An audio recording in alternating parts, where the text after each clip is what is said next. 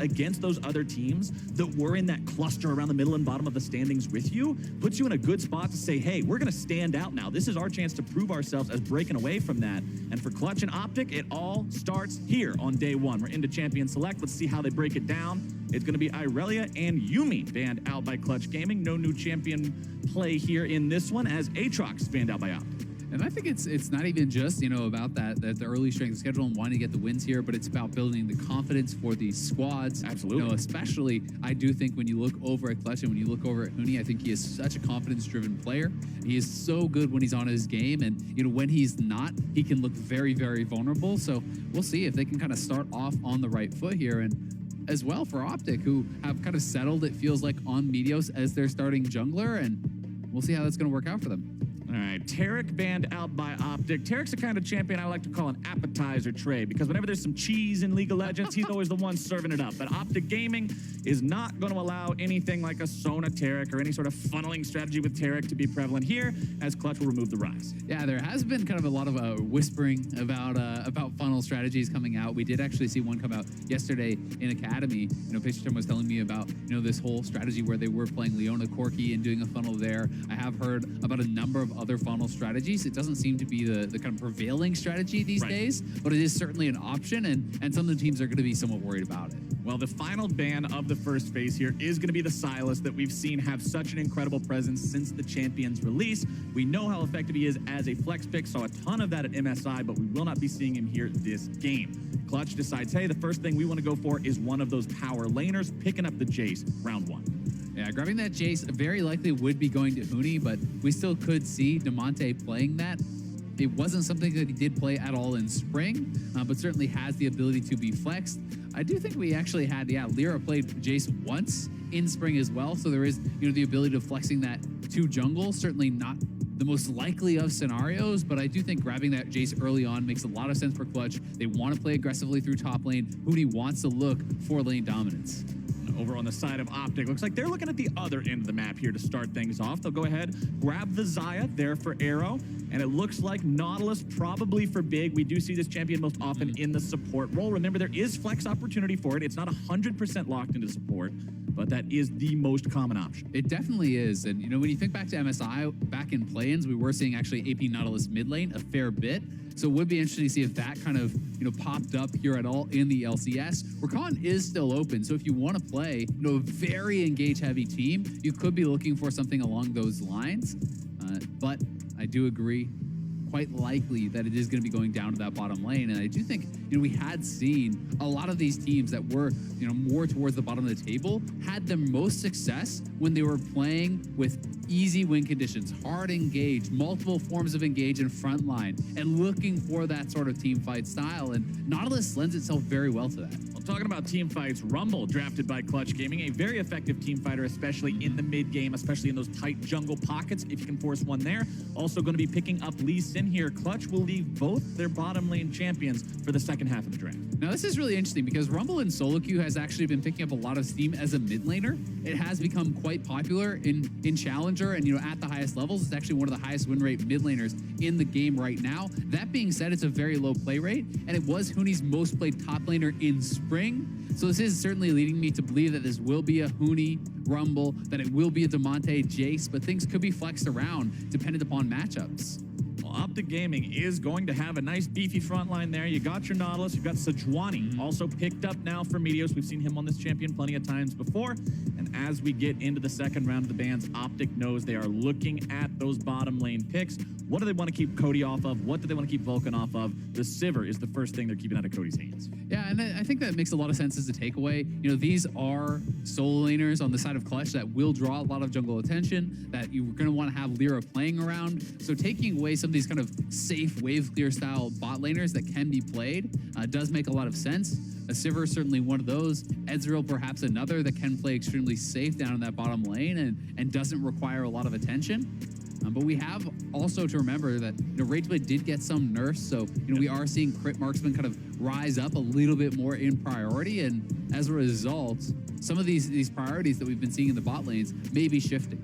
That's one of the fun things about getting into a new patch, especially after a big international event that goes on for quite a duration. You're playing on that same patch for a while, get to see some new fresh faces, as LeBlanc, Rakan, Sivir, and Kai'Sa are all off the table now. It's over to OpTic Gaming to make their 4th pick. Yeah, so Clutch certainly respecting the fact that this could just be a mid lane Nautilus or even top lane. You know, that is even less kind of consistent in pro play. We have seen it in solo queues certainly though, and the Rakan being taken off the table does show they're a little bit worried about that. Poppy very likely going to be going up to Dokla to deal with this Jace. It is something that can actually trade effectively against Jace in those early levels and have some pressure there. If Huni, is to take that, and if that is going to be the top lane matchup, though, that is something that can get more and more difficult with levels. And you also have to remember, Rumble could be put up against that Poppy, which I find is generally a more difficult matchup for the Poppy. Yeah, Poppy, we've seen it work into the Jace. You weather the early storm, you get yourself some armor, a Sunfire Cape and an Iceborne Gauntlet. If you know you're mostly just going to be on Jace handling duty actually creates a very difficult situation for Jace to need a point where he's at 3 or so items to outscale the tankiness of that Poppy. But over back to Clutch Gaming, it's Varus and Braum locked in for Cody and Vulcan. Yeah, so that's certainly going to be the bot lane. OpTic still doesn't really know for sure exactly where everything will be going, and TF going to be locked in here. Okay, now the question is, Azael, is it Trinity Force TF or is it traditional AP TF? For those of you who may not be aware, there was a guy posting on Reddit about how he hit #1, I believe it was in EU West, with Trinity Force Twisted Fate over the course of however many games with a 60-something% win rate. It has been the most played TF build that I've seen recently in solo queue games, in just random spectating that I'm doing in the client.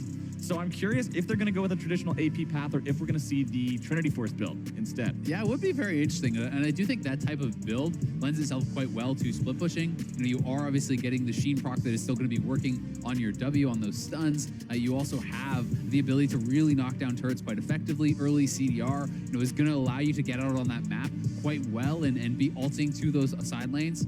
It's honestly pretty effective. Triforce does give a lot of things that TF does want. That being said, your burst is going to be lower. Yes. You do have the additional attack speed and some pretty good sustained damage. There's a lot of things working there, but it is not going to be that full Luden's Lichbane AP kind of one-shot style if he goes that route. All right, loading into Summoner's Rift here. Clutch Gaming and OpTic Gaming both having the opportunity here to start off 1-0, get this split rolling exactly the way they want to. Less than stellar spring, but spring doesn't matter too much. We're in summer now. This is the one that truly counts. This is the one that determines who's going to be making those big runs towards Worlds, towards that big apex of competition here for League of Legends later on in the year. But right now, all they got to worry about is the opponents in front of them. If you look over at Crown, you can see he does have the teleport on the Twisted Fate as well as a Comet. So pretty traditional standard stuff coming out for him there. Doesn't really seem to be anything else here out of the ordinary. Taking a look at Keystones, you can see Cody's son having the Lethal Tempo on the Varus. Lets us know it's not going to be the on-hit build. Will be the auto attacks. And Lyra with the Conqueror on Lee Sin also means not going for that electrocute style, super gank heavy, super bursty. Instead, better at the dueling. And as the teams prep themselves up here, waiting for the minions to spawn, Ovly is standing by with a side stage interview with Clutch Gaming's coach. Thanks, Flowers. Mixcrag, a lot of us are excited to see Cody's son return to the Rift and join your team. What is he bringing to your team? Mainly he's bringing like a huge emotional boost to the team. He's obviously a very good player, and he's been playing really well in scrims. And he's just like raising the overall like emotional level of the team and just kind of like a recharge that we really needed after spring split. So he's fit in really well. Our scrims have been great, and we're really excited to see him in this first game. We're excited to see him play as well. Best of luck to you and your team. Back to you guys. It's always a good thing to hear because morale is a hell of a drug, Azael. And if your team needs to come back into the game, get themselves in the right spot mentally, and you've got a guy who can bring that morale up, that's a huge thing. That's a very big bonus to have that doesn't necessarily show itself on the Rift in terms of gold or stats. Yeah, and I think that's often one of the most powerful things about making a roster swap. Even if it is, arguably more of that side grade or something that isn't, an enormous boost as far as what you consider to be the skill of the player. This does reset the mental somewhat of the team, right? This makes you feel more optimistic after what was a pretty rough spring split. All right, let's keep track of where everybody's at here. Both junglers are starting off on their red buffs, now moving down towards their Krug camps. Remember, Scuttle Crabs, they got a little bit scared compared to what they used to be here on Summoner's Rift. They don't show up as early as they used to, so junglers' paths will be taking them towards those early Krugs to make sure they get that high-value EXP from that camp, make it respawn sooner, continue getting that high-quality farm. Lyra moving into the bottom lane here, thinking maybe there's an opportunity to make some sort of a play. No ward, no vision down from the side of OpTic Gaming. No real way to start off the fight here for Clutch either, so Lyra just moves into the enemy jungle, looks to clean up his blue. Yeah, no, I think it's a pretty nice path because he would have been there if Big were to go aggressive whatsoever, and I think that Clutch was trying to posture forward a little bit to try to bait that in. Since it doesn't happen, he's now going to be just looking simply to take this into a more vertical jungling style, and does have the potential for a 3 buff, as I don't believe he was actually spotted at all on this path, but Meteos has sniffed it out. He is over towards this blue buff, but it looks like this is something they want to try to contest. And they have spotted him on there, and Huni can roam down. He has the push from the top side. Demonte has placed the ward over the wall. They know that the buff is being taken. Meteos now disengaging from this. Could be eating some damage there from Demonte, but Clutch Gaming aware of the fact that Meteos can just get himself over the wall with the Arctic Assault. Not too worried about that one. They'll give him some pain for his troubles. But Lyra will absorb the wave here in mid, waiting for Demonte to make his way back over. And it won't turn into too much else, but that does mean, as you said, Meteos gets 3 buff. Yeah, he's going to get 3 buffed. It did cost Demonte a little bit of farm. He dropped a couple minions of experience, dropped a couple CS, as he wasn't making that roam to defend it. But, that was a risky play for Meteos to really go for, because his top lane was so pushed in. Dokla was never going to be able to actually roam to try to help in that fight. So, as soon as the Clutch solo laners actually make that move, you just have to give up the blue buff. And that's kind of where you're at with a Poppy early on, before you get something like a Sunfire and Iceborne that gives you that bonus wave clear. Yeah, you've got the Q, but that alone is not going to be able to answer the push coming out from that Rumble. So Huni maintaining that priority, always so very important when you have to consider where you're going to invade as a jungler.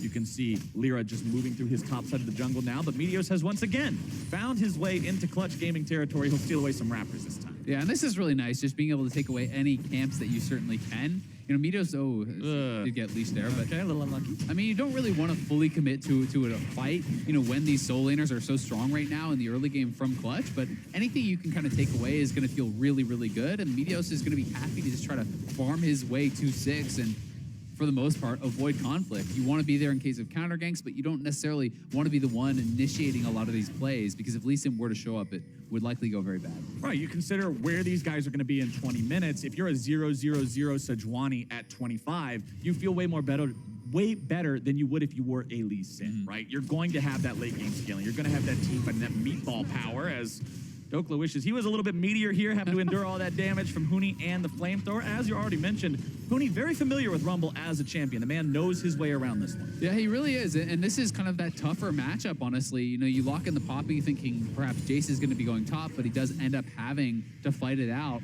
against Huni on this Rumble, and Rumble is going to have lane priority for quite a long time here. Certainly does give Rumble a fairly free lane, gives you that lane pressure. He should even be able to hold on to his teleport here and just walk back to lane. That's going to mean he's going to be post 6, and that can allow them to go for something like a dragon with that TP advantage. You can see Huni going for the Sorcerer's Shoes, fully completed first purchase. Gonna be going for that magic penetration that you often see Rumbles get plenty of very early. It means that when he does find a way to TP into the fight, he does massive damage to every squishy target on the enemy team. Now, since Dokla already has a null magic mantle, it won't be particularly effective in the laning matchup. But again, that's not really the point here. If he can get a TP into a Drake fight, into some mid-game skirmish with 3 or 4 people, that's going to be a big difference maker. But so far, still no first blood on the table. 0-0, 6 minutes in. OpTic up about 500 gold or so, thanks to the farm advantages, mostly that you're seeing there in the mid lane. Crown building that up on the Twisted Fate. Bottom side, you can see Cody off to a bit of a lead on the Jace there over the opposing Xayah, but nobody's running away with their lane just yet. Yeah, certainly nothing too crazy happening just yet. And, a lot of these picks, I think, in some of these lanes that are getting advantages and disadvantages are more for things that they're going to do outside the lane. When I think about the Nautilus, it's less for that lane pick. And when you're playing into the Braum, it's going to be very hard to actually aggressively engage forward. You're likely going to be punished very, very heavily if you do go forward for that type of a trade. But what it does give you is consistent engage coming in that mid game. Big trying to engage here on the bottom side to Cody's stun. Twisted Fate making his way into the fight. There's your stun, your gold card. Flash out from Vulcan. Ignite is ticking away. Here goes Meteos. From behind. Remember, there is no ulti, but it is not required. Cody's son is going down. Ladies and gentlemen, it's a double kill for OpTic Gaming. Yeah, the cleaning crew comes in, and now Huni arrives. Huni shows up. He drops the red carpet. He's going to be inviting in OpTic loses 2. It's a double kill over to Hooney. He will lose his life for it, but they respond now as Clutch Gaming brings down their mid laner. Devontae is looking to land himself some shock and awe as Arrow gets himself dunked. Crown's in some trouble. Wham! Bam! There you go. That is Lyra getting number 4 for the side of CG. Yeah, Lyra playing that so well, just waiting out that gold card. Once it expires, he goes in with the E-Flash, guaranteeing the slow, and this is an explosive fight. They go for the engage because TF is moving down, because they have that support coming in. And there it is, TF ultimate straight in, gold card ignite goes down. Meteos already wrapping in behind this team, has the flash, Q flash, nails both of those Clutch members and is able to clean this up. And then as Hooney comes in, it is the 4v2, so they decide to go for this play, but the equalizer under the turret. Hooney getting so much damage out onto Meteos and Big, roasting them up. And it does allow Lyra, with Conqueror fully stacked, to try to extend this play. And you can see Crown holding onto that yellow card for quite a long time. That stun card was available. And Lyra is staying out of range until it expires, then Ward Hop. E-Flash gets the slow on both. Demonte comes in, and they clean up the kills. This is exactly why I mentioned those Sorcerer shoes for Hooney. Yeah, the Poppy, she's going to be immune to it. Who cares? Those are his butt-kicking shoes, and he kicked some butt in the bottom lane as soon as he made that teleport happen.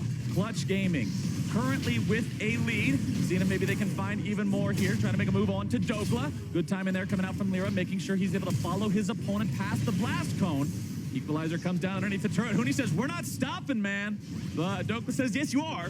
And Clutch Gaming has to get out of town. Yeah, nice sidestep there from Dokla, preventing any potential continuation on that dive. And he's regened up a lot of health. OpTic as well, going to just take this opportunity to grab themselves a dragon at the same time. And Dokla wants more. Lyra sticking around a little bit too long here, being rather greedy. Will not be completely punished for it, only taking most of the way towards dead, but you got to be sweating a bit after that. Yeah, that was actually really close. The smite for the heal, and Dokla was about 2 seconds off having his ultimate back. That would have been a kill, and that's one of those ones that can be pretty embarrassing to give up a silly death like that.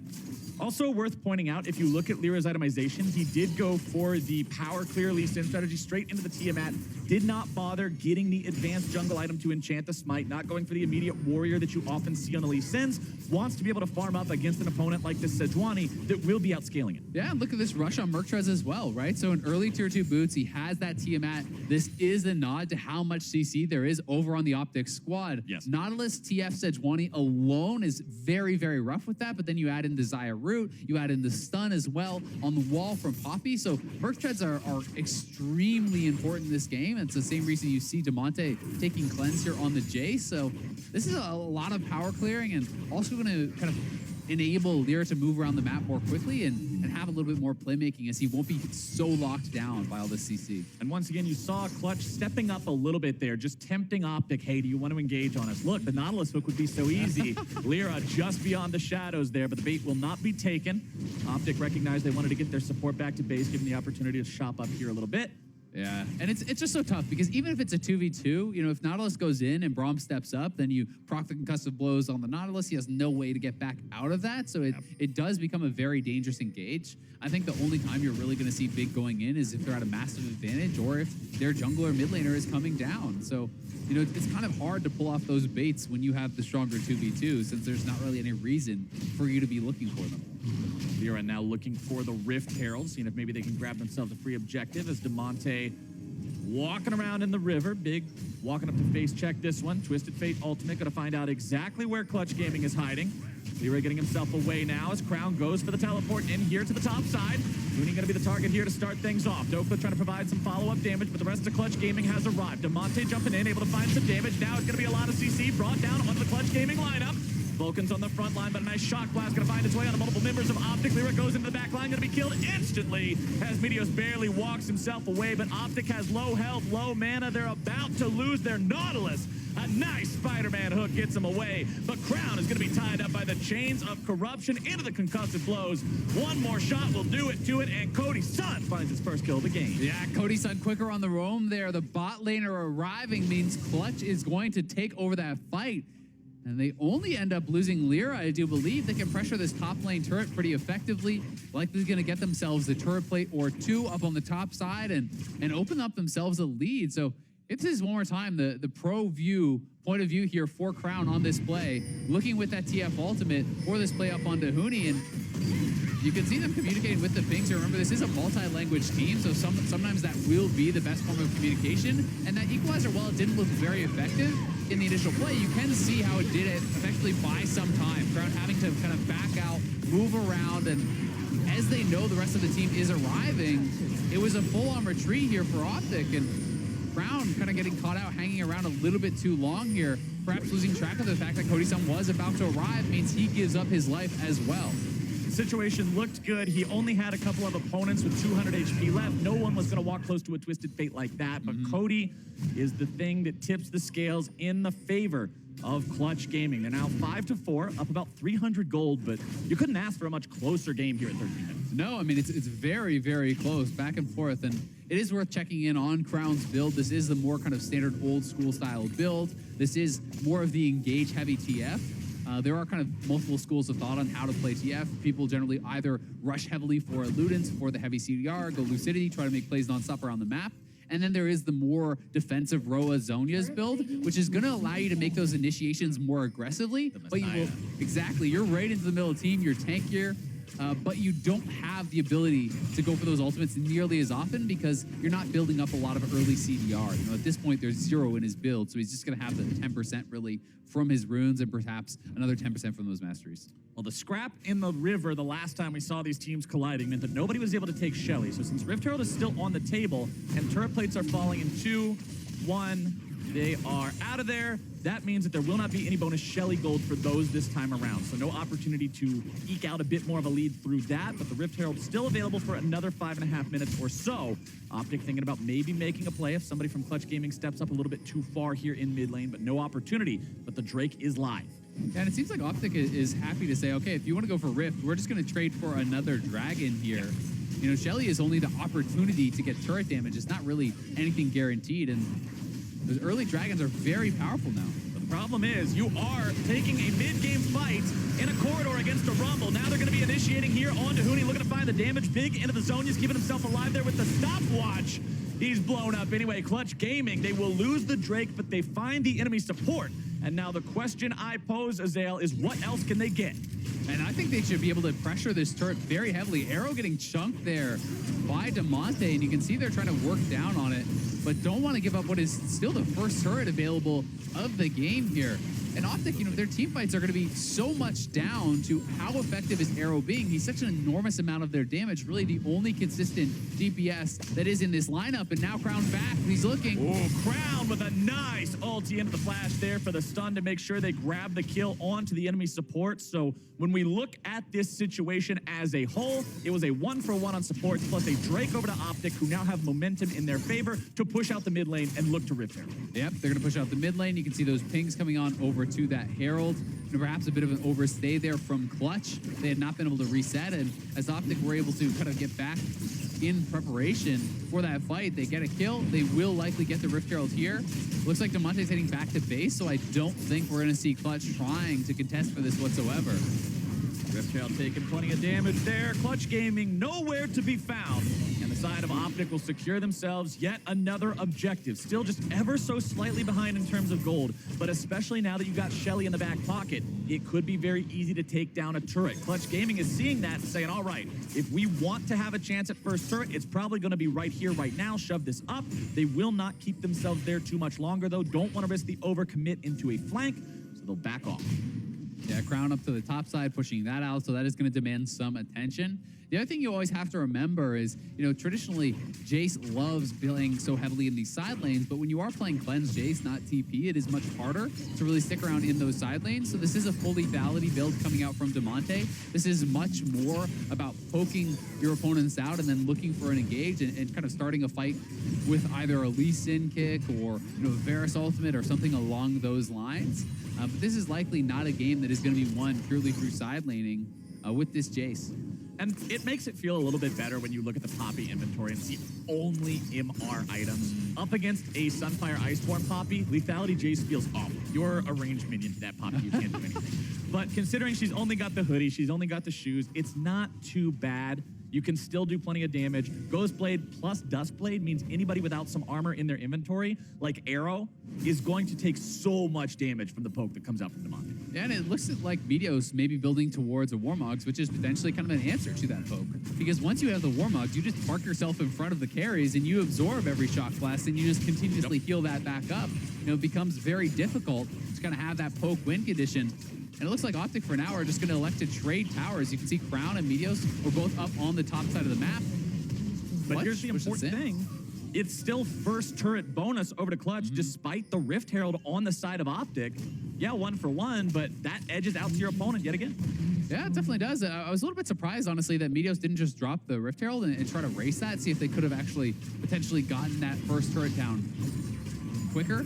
But, you know, the first turret bonus isn't that massive anymore. It's much more in the turret plates. So maybe wanting to save it for a potential full turret that they feel they might be able to get here later on. Still 2 minutes left for Meteos to decide when he wants to drop the Rift Herald. Remember, if you don't end up finding a good opportunity somewhere in there, you have to make one of those XD Rift Heralds that you just sort of throw it out onto the Rift and be like, well, I hope you do something. Probably not, but Clutch Gaming will do a good job holding onto this mid lane tier 1 for now. Not even much damage put onto it yet. Still about 80% HP as Cody Sun will continue building up these items. Has the Blade of the Ruined King, working towards that next item. Now you can see the pickaxe in inventory. As Dopa continues the split push here on the bottom side. Neither team really looking to set anything up just yet. Both content to keep farming it out. Yeah, both teams, you know, willing to play this very, very passively. And certainly, you know, Cody Sun, this is the kind of game that he used to have a lot of success in with 100 Thieves. And yes, this is not the same members all surrounding him, but we'll see if they can replicate some of that success because they had been very successful in playing out these slow, methodical games and getting to that team fight stage where he could really take over, where they could protect him and enable him in these fights. But likewise for OpTic, a lot of the team fighting really is going to be down to Arrow. How well can he perform? Because yes, there is some initial burst coming out of this triple tank lineup, and even the TF, yes, can have some of that upfront damage, but it is not the consistent DPS that you need to really punch through a lot of these targets. So much of that is going to be on Arrow. And talking about punching through targets, I like the itemization that we're seeing from both Fooni and Cody Sun. Yes, it's not particularly special. You do see the Andrews and Blade of the Ruined King on these champions first very frequently, but making sure that these are the champions you have so these items are optimal is great against 3 big meatballs that are mostly building health. That will do a ton in these team fights to make sure those Rumble ultis and those Varus auto attacks are really hitting the mark. Yeah, exactly. There's only the Tabby's armor so far on Meteos, so that's going to be really powerful. And you know, this is that Rift Herald that you're talking about, where you're like, oh, well, I guess it's going to expire. All right, let's put it down. Dot your I's and X your D's. That's the kind of Shelly that's not going to get you a lot of plays. OpTic, unfortunately, don't make a whole lot happen out of that one. But the next Drake will be the Infernal. It is live, and Clutch Gaming has a level 2 Rumble ulti.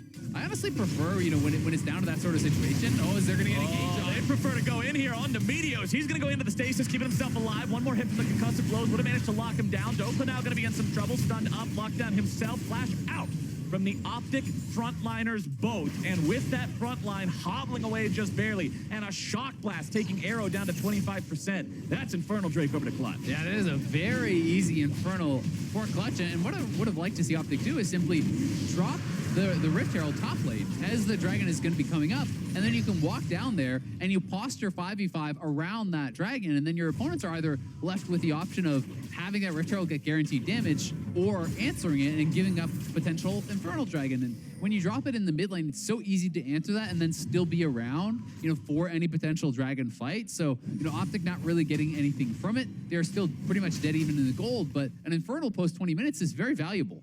And I feel like this is sort of the same thing that you were describing before we got into the game. OpTic needing to communicate these things better. Hey guys, what's the plan? Where does everyone need to be? What should we be playing for at the next point to make sure you do get something out of it and don't have that dead drop on the Rift Herald? But unfortunately, there's no way for OpTic to rewind time. That is how things have played out. The Rift Herald is down, not on the table any longer. You've still got yourself, as you said, in a very good spot. Gold is dead, even it's still 2 Drakes to 1. I'm really looking at this for who's going to jump into the driver's seat. You got two guys right now. There's a steering wheel right in front of them. They're both fighting for the opportunity to just sit shotgun. I want to see someone take control. And I mean, OpTic do have more of an ability to force those fights, right? You have so many forms of engage, from the TF to a Nautilus ultimate, from a Sejuani ultimate. There's a lot of ways for them to start off these fights, and it is a much easier to execute team fight. That being said, if Clutch can really either A, take out Arrow immediately at the start of the fight, or B, zone him out with things like the Equalizer, then it can start to be the situation where your tanks don't have enough damage and just get burned down in these kind of scrappy skirmishy fights. So OpTic needs to look for a hard engage where their AD carry is free fire. And OpTic, although you have your AD carry on a champion with a built-in escape mechanism with the Xayah ultimate, there's no QSS, there's no Guardian Angel, there's no stopwatch. These defensive tools that can manage to get him out of those sticky situations are not available, which means this is your chance, if you're Clutch Gaming, to pull that trigger. And we've seen how Clutch has a lot of backline access with their damage, right? You know, one shock blast hits him, an Equalizer gets dropped on your head, and all of a sudden you have to back off and whoop. All right, little bit jumpy there on trying to make the plays happen. OpTic sees a chance and wants to go for it, but unfortunately the CC will not connect there from the Sejuani ulti, so Clutch get themselves away, and now they don't have to worry about that for the next 2 minutes or so. Yeah, and that was actually the TF ultimate as well. You know, I would like to see them started off with the Nautilus. If you drop that Nautilus ultimate, that is a guaranteed point and click. Yep. Once that hits, you can then easily hit the Sejuani ultimate, easily follow up with the gold card, and that is the sort of CC layering that you want to go for, but I guess they just didn't feel that Big was going to be able to get in range, or that it would have come out too slowly, so they did take a shot. And to be fair, they're not going to be punished for it, very likely. You can already see half the cooldown is off that Sejuani ultimate, and that'll be back up pretty soon, but Lyra is lying in wait. The ward dropped in the pixel brush, means he doesn't get the opportunity to jump out there, make some sort of a fancy flash kick engage. They also had Demonte still up there in the top side. Remember, this Jace is running a cleanse because of the CC heavy enemy composition. No way to teleport into a fight if he's not already there. Didn't figure it was worth the risk. They'll back themselves away. You can also see the inventory of Demonte. Phage now next to the 2 lethality items means he's working towards that Black Cleaver, so he will be effective. If he has to shoot at this front line that is going to be tankier, he's not going to be completely up the creek. Yeah, and he's going to be on full CDR with that build. Just from items, he will be sitting on 40%, which is going to mean those shock blasts are coming out constantly. So, you know, certainly has the ability to really change a fight with just one shock blast, kind of snaking through to that backline, catching Arrow or Crown. But OpTic, you know, playing well around Vision. They're grouping up with their front line, and that is one of the kind of big advantages with playing with all these tanks, is you can walk in Meteos and Big, and these are not guys who can just get one shot if there is Lee Sin sitting in that brush, so they continually are moving forward, trying to fight for Vision around this Baron, and at least keep some semblance of control in that area so that Clutch cannot sneak down that Baron. Cody Sun on to the completed Rage Blade now. 2 crit items also on Arrow. And this is going to be one of those games, Azale. I feel like we're sitting here, we're watching everything, 25 minutes in, it's real close. There's only been a couple big fights. Once somebody makes a call, whether it goes good or bad, it's going to determine pretty much the end of the game. We were having a conversation before this game started about how game times just don't really go past 35 minutes anymore for the most part. So even though we're only 10 minutes away from that point, I still think it's highly likely that we see one big explosive moment into a victory match. Yeah, I mean, Baron is so incredibly powerful these days, and, you know, as you get further and further into the game, those res timers get longer. You're able to get much bigger rewards for a team fight win than you are in the early stages of the game, so it does become so important to execute perfectly in these late game team fights, and both teams have kind of opted into this passive game state, this very kind of methodical playstyle where they are building up their items, they're building up for this kind of one-punch fight, and then you have to be able to make sure you hit that punch. Your one punch better strike true, as the next Drake is a Cloud, now spawned live here on the Rift. You can see Clutch Gaming making sure they've got control over this bottom half of the river. They'll be the first ones onto it. Kings coming out from OpTic onto the top lane tier 2. Crown is split pushing. Twisted Fate does have an easy out as long as you're not able to instantly interrupt him during the channel of the ultimate if he gets caught. But OpTic won't do anything else, and that's free Drake for Clutch. Yeah, and they have double TP as well, right? So you have that TP advantage. Yes, Cody Sun has TP, but he does not want to be answering one of those solo laners in a side lane, very likely. So, you know, they are going to have the additional globals and the ability to try to push out side lanes, then group up and look for that hard engage. And the items really are starting to come in pretty quickly here for OpTic. You can see Crown now on 3 items. He does have the Lich Bane completed. So his turret damage and his kind of one hit on that W are going to be very, very high. And they are lying in wait. If Clutch check into this, they could get engaged on. But OpTic backed away. They didn't want to completely try to set the trap there. Clutch Gaming do roll in full force to clear out some of that vision. There is one still there around the Scuttle Crab marker in the river. But OpTic just seems so hesitant to want to make any sort of a fight happen after that last attempt got botched. Big on the front line, looking for an opportunity to maybe drop an ult. Meteos making sure no one is going to see him there in that brush. DeMonte and Lyra moving into steal away the enemy red buff. But now we're starting it off. Meteos is able to find himself an ultimate onto Vulcan. Clutch Gaming now coming in full force as 5. Equalizer dropped down. Half of the HP gone from both Big and Arrow. Lyra coming in, looking to find the kick onto someone of value. Dokla now going to be frontlining, taken very low very quickly. Clutch Gaming will be disengaged on. OpTic get themselves out.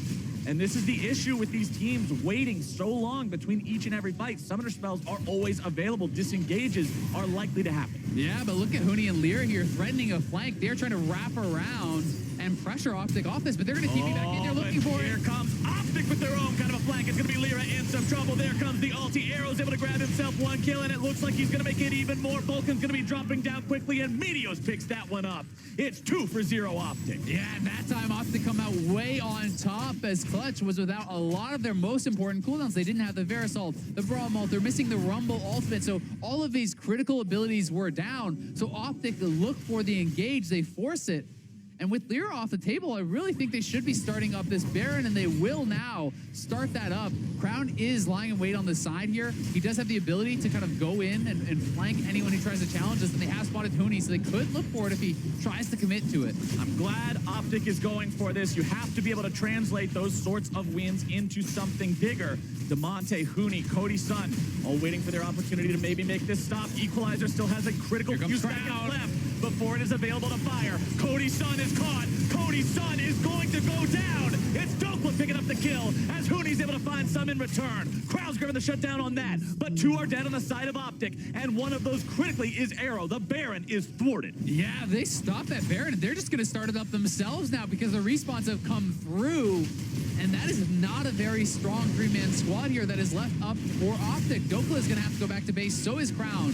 Crown does have his TP, and Meteos is in the area, so Clutch will back off, and it just ends up being the trade of kills. Once again, neither team able to get a really strong foothold in this game. Crown with the TP and the ultimate available in case something got sketchy real quick. But yeah, it seems like every time somebody gets something, the other team takes it right back. Here's a ProView replay from Dokla's POV. Yeah, Dokla coming in, looking for that TP flank. Really nice coordination, actually. You can see Crown drop the pink board for him to come in. He gets the wallbang onto Cody Sun there, forcing out the QSS. That gets them the initial 2 kills. And then they were able to force over by the Baron, but their turn was not the best. They did land, flash stun on a Cody Sun, but Big unable to connect with his hook. They weren't able to find that really clean engage, and that meant that the solo laners, the DPS from Clutch, were able to turn things around. We're 30 minutes into this game now, and it's still only 1,000 gold separating the 2 teams. Really showcases exactly this situation of everyone feeling like they're just stuck, waiting for the opportunity to make something happen. Clutch Gaming now moving up, trying to clear away some of the vision from the jungle of OpTic, but will not succeed in doing so just yet. Huni walks forward to make sure they grab that last one. Rumble level 16 now, so that means you have the biggest equalizer possible with Zhonya's, with Void Staff, with Leandry's. That's what Clutch need. A big fight with a big Rumble. Yeah, certainly the case. And it does feel like now for OpTic, what they're going to try to do is get a fight that is not fully committed, back off with their double Warmogs. Frontliners regen, then look to re-engage. If you can get that equalizer out, back off, heal it up, look to fight again, your kind of next fight is going to be much more powerful than that of Clutch, who I think are more reliant on those things like the equalizer to really have an effective fight. And Arrow now is on his 3rd item. He has the IE. Meteos flanking from the side here, has ult. Meteos shows up. He's able to find the ulti onto Vulcan. Crown now backing away with the rest of OpTic. Equalizer into the back line. Arrow going to be taken very low. Can't make his way any further forward. Meteos going to be burning down rather rapidly. Huni now stunned up here onto the front line. Lots of CC coming out from OpTic on return to Clutch Gaming. Already going to be losing their jungler. Big drops low, but Huni drops dead. And that's 2-0 OpTic. Yeah, and look at Meteos. Meteos was down to 5% health, but he got out, and now they're going for DeMonte. DeMonte with a nice stopwatch, keeping himself away from the gold card, but OpTic still win the fight here yet again. Crown's going to stick around around in the mid lane, buy some time, put some damage into the turret, not quite able to take that one down, but that's not what matters, Azael. Baron is again the call. Yep, the double frontliners healing right back to full after that fight with the Warmogs. Meteos was down to 5% health or so, now back to full, and all that Clutch can do here is trade the Infernal. It will be Baron going the way of OpTic and getting the first major lead of this game. All right, this is what we've been waiting for. The part of the game where one team finally takes a noticeable control of the game. Let's take another look at how they did it. Yeah, here this is one more time. Meteos does find the engage. It's not onto the best target, though, with that Braum, but then kiting backwards. The equalizer is dropped, and look how quickly Arrow gets very, very low, just from a tick or two of that. But Meteos, Stoneblade active, has tanked so much damage. Then as they commit forward, trying to get that kill onto Meteos, look on the right side of your screen, he's barely surviving. Arrow is free-firing. You cannot afford to commit all those cooldowns and all of that energy forward onto one of the frontliners. It allowed Arrow that free time he needed to shoot out and take down Huni as well as Lyra. And this was honestly just a great stopwatch from Demonte, immuning that gold card, waiting till it was out in the air and then hitting it so that the gold card fizzles instead of it still being ready for when that stopwatch ended. Yeah, that was a very impressive response there from Demonte. Couldn't have done that much better. Even got the shock blast out before he went into the stasis, but unfortunately for Clutch, it's not enough to prevent their opponents from being able to get the Baron. They're now in a spot where OpTic has 2.5 minutes to take control of this game in a super convincing way. You've still got 3 turrets standing outside the enemy base. That's a lot of standing gold, plenty of opportunity to build a lead. Equalizer dropped down. Arrow forced into the ulti there. Nice cue from Lyra to make sure of that one. While bottom side, crowd keeps split pushing. Exactly. All they had to do was back off, buy time, but you can see how powerful that Rumble is. Really, it's a tick or two of equalizer, and Arrow's almost dead. He basically has to back off. Yeah, that was his Hex Drinker proc, so pretty insane the amount of damage put out there, but without that equalizer, Huni is certainly much less threatening, and the ability to play the map with this Baron buff is so powerful.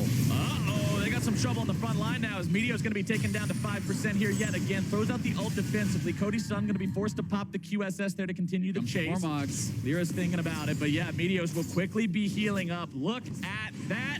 The Piggy is back in business as Meteos is once more ready to frontline here for his team. The power of Warmogs against a team that wants to go all in on you like that.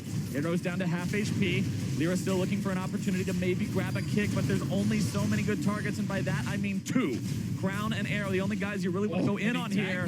Shock Blast finds its way onto Arrow, but the equalizer angle is ever so slightly off. Arrow does a good job running diagonal to what he thought it would be and gets out alive. And that was a blind equalizer. Huni was fishing for that. They knew the Shock Blast landed, so he decides to go for it. I mean, if you hit, probably 1 tick kills Arrow there. Yeah, for sure. So he would just go down. So I do think it's worth taking that shot. And honestly, Clutch, this double Infernal feels like it's really kind of keeping them in this game. You have 4 people stacking AD and AP with this Lee Sin, as well as, both double damage soul laners. So they really do put out a ton of damage. And give this one more time.